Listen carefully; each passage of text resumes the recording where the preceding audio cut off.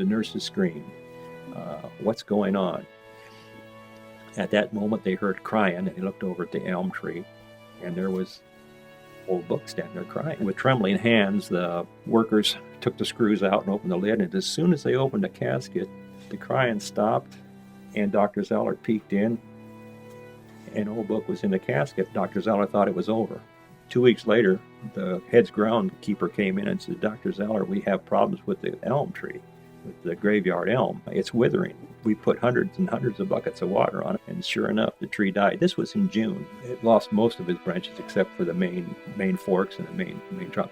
Well, at night, they would look at that and it looked eerie. It looked like somebody with his hands up in the air. I would tend to believe what George Zeller wrote about the happenings at Peoria State Hospital, because even though he sort of had an interest in promoting his work here, I do think because he was a medical doctor that you have to kind of give his words a little bit more weight than you would anyone else. And certainly in the story of Old Book, where his ghost allegedly appeared before this crowd at his own funeral, you would think that George Zeller would have an interest in not telling people about that story. He was a tremendous writer.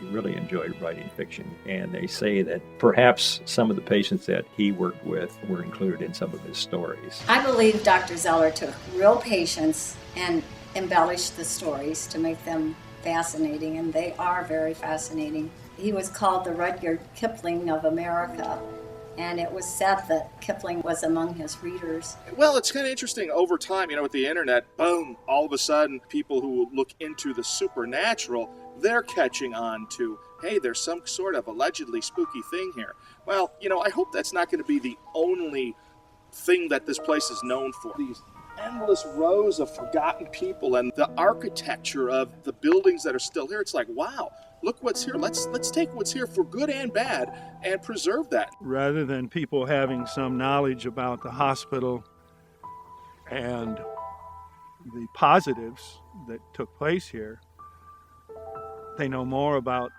the urban myths than they do about the real stuff.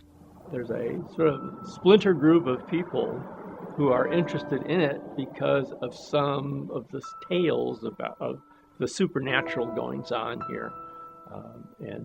So that's given it a bit of notoriety. When you talk about haunted mental hospitals in Illinois, this is the one that everybody always cites as the example.